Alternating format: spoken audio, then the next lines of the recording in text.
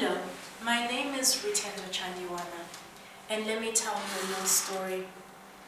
About 60 years ago, around the time my parents were born, there were very few African children that had access to a primary education, let alone a tertiary education. However, as time went by, some gained access, my mother being one of them. She recounts of how she was the only African female student in her graduate class when she was in the US in the 70s. After her graduation, job opportunities were endless. Today, that scenario is very different. In Zimbabwe, we see so many graduates without jobs, without employment. It is not uncommon to see that in Zimbabwe. If this was predicted some 20, 30 years ago, there could have been different decisions made on the governmental, community, and individual level about your education. For example, some vocational programs, such as being an electrician, a plumber, are actually gaining a lot more income than people with a doctorate in Zimbabwe. So, predicting the future is a very, very important activity. Governments could have diversified the type of streams people were going into and not merely focusing it on education, such as getting an undergraduate or a graduate degree, but people also going into vocational tracts and a strong entrepreneurial tract in school to be able to mitigate the challenges of unemployment that we face today. Today, I would like to present and discuss my findings on the Global Trends 2013 document. This document was written in 2013 by the National Intelligence Council, a think tank of the US, which has produced its latest assessment of global trends, a forecast of how the world might change between now and 2030. It has identified a number of mega trends and game changers that will provide us with quite different potential scenarios in predicting the future.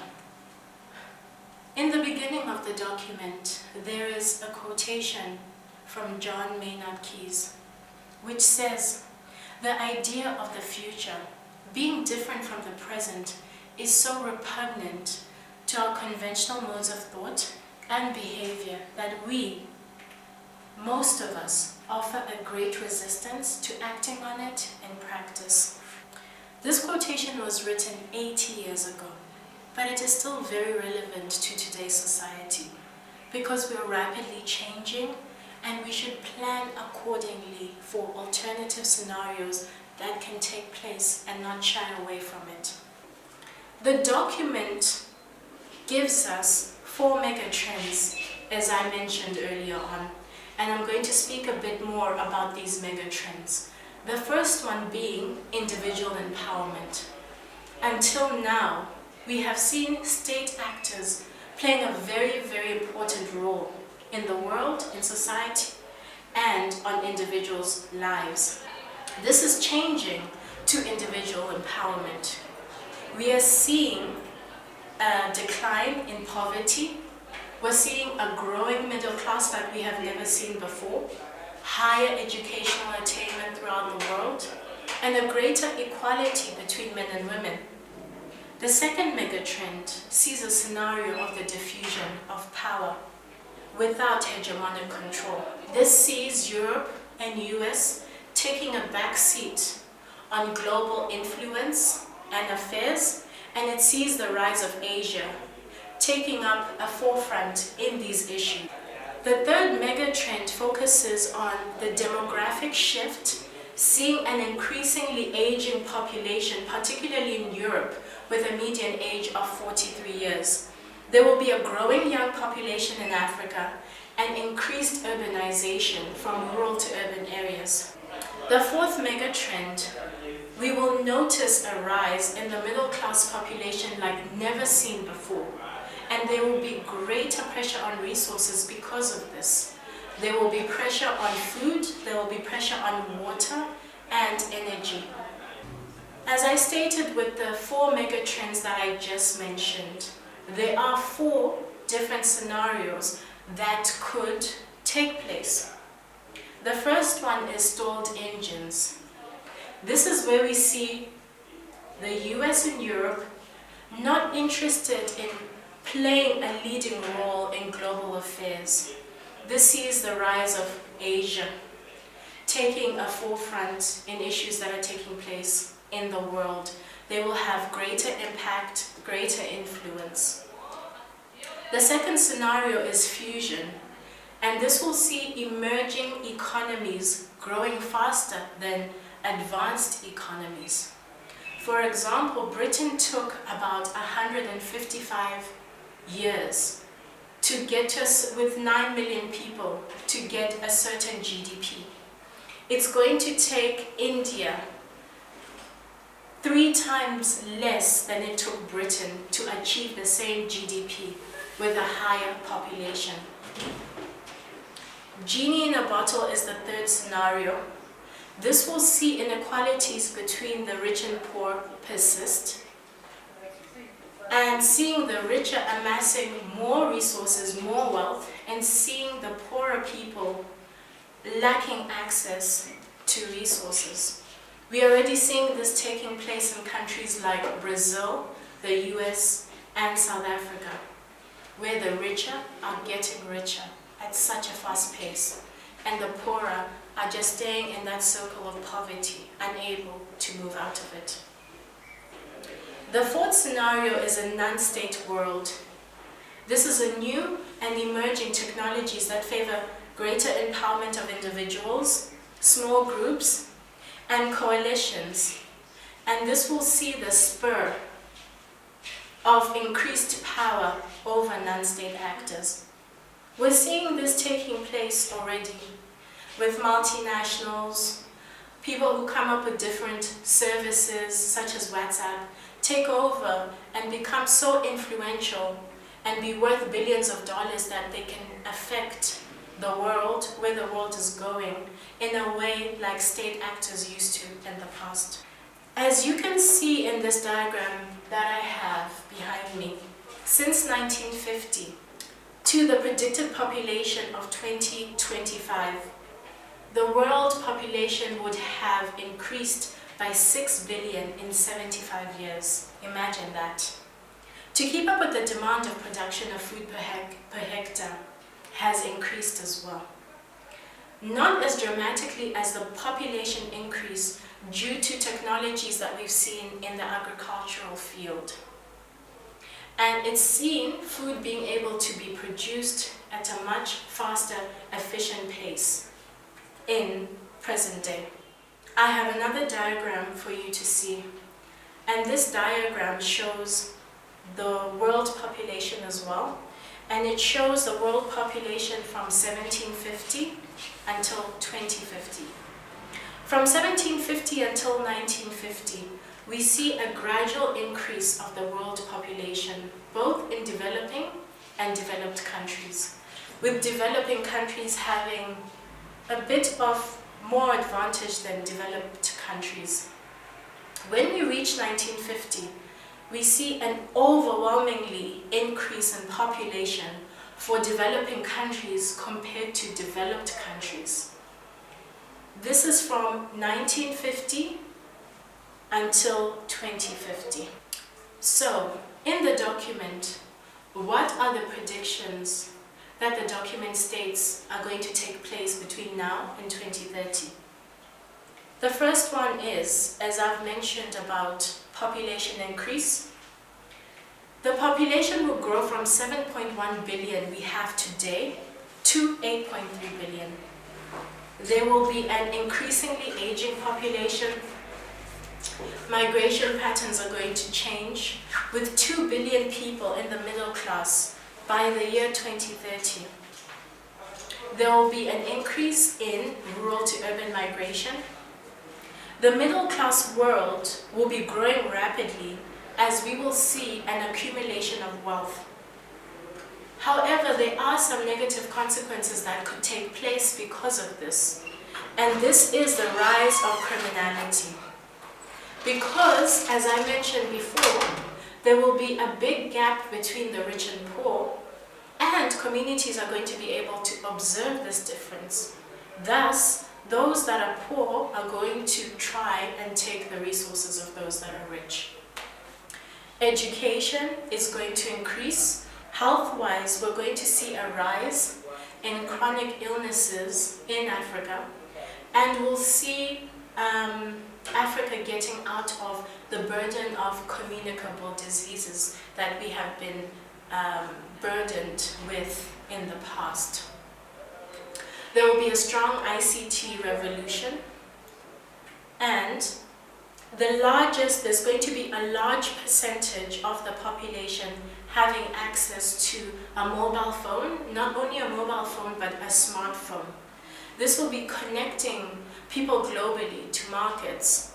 We'll be able to do so much using our smartphone, for example, sending cash with resources like EcoCash and online banking. So what are the implications of global growth? Some of the implications are we need to be sustainable. There's going to be a need for resources to cater for a growing middle class. Some of these resources are, there'll be a rise of food, 35% more than we are making today. There will need to be a rise in water for the population, 40% more than we have today, and 50% more energy. And this will be needed by our population in 2030. Because of this is going to create a lot of opportunity. And with a lot of opportunity, there will be a lot of competition. For people to be able to provide societies and communities with access to these resources. And there will be a great burden on the government and state actors to be able to provide goods for a growing population and a growing urban middle-class population that will put demand for such services. There will also be a bearing on the private sector to contribute to provide these services and partner with state actors. Growing urbanization. Every year, 65 million people being added into the urban population. 65 million people. In Zimbabwe, our population is about 13.5 to 14 million people. And imagine 65 million people each year are being added into the world's urban population. To bring that home a bit, we have 37% of the population in Zimbabwe living in urban areas, with an expected growth rate of about 3.4 annually. So with all the things that I've highlighted so far, our trends, our scenarios, what are the challenges going to be if these scenarios take place? 1, sustaining growth in the West is going to be challenging due to an increasingly aging population. Having young people enter the workforce each year is very important for the economic health of a country. With the West having a very aging population, it is going to be difficult for the society and for the country to be able to maintain a standard of living for the aging. Another challenge is, will governments be able to keep up and adapt with a rapidly changing world? With 65 million people going into urban areas each year, this has got very, very large implications on governments and resources, issues such as transport, accommodation, infrastructure, schools. Governments need to adapt swiftly as these changes are taking place every day to be able to control countries and communities. The third challenge is, will resource competition lead to conflict? Due to the increasing number of people moving into urban areas, increasing number of people joining the middle class, increasing disparities between the rich and the poor. This can lead to conflict. It will lead to competition of resources such as water, because it's going to be needed at 40% more than the water that is present right now. Will this lead to conflict between countries, communities, globally? And how are people going to be able to handle and deal with those conflicts?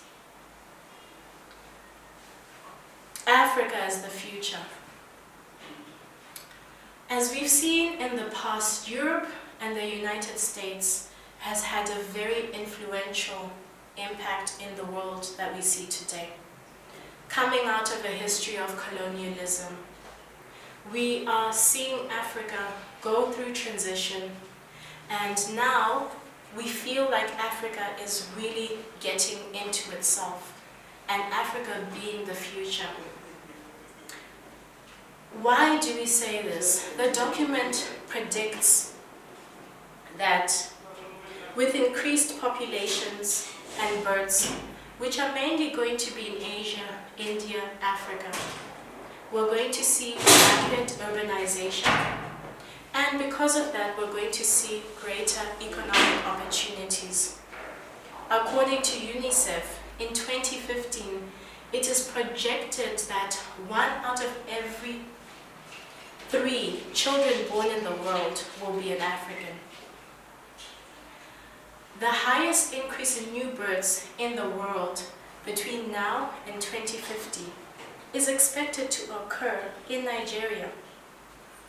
By 2050, Nigeria's population is projected by the United Nations to be 389 million, rivaling that of the United States at 403 million.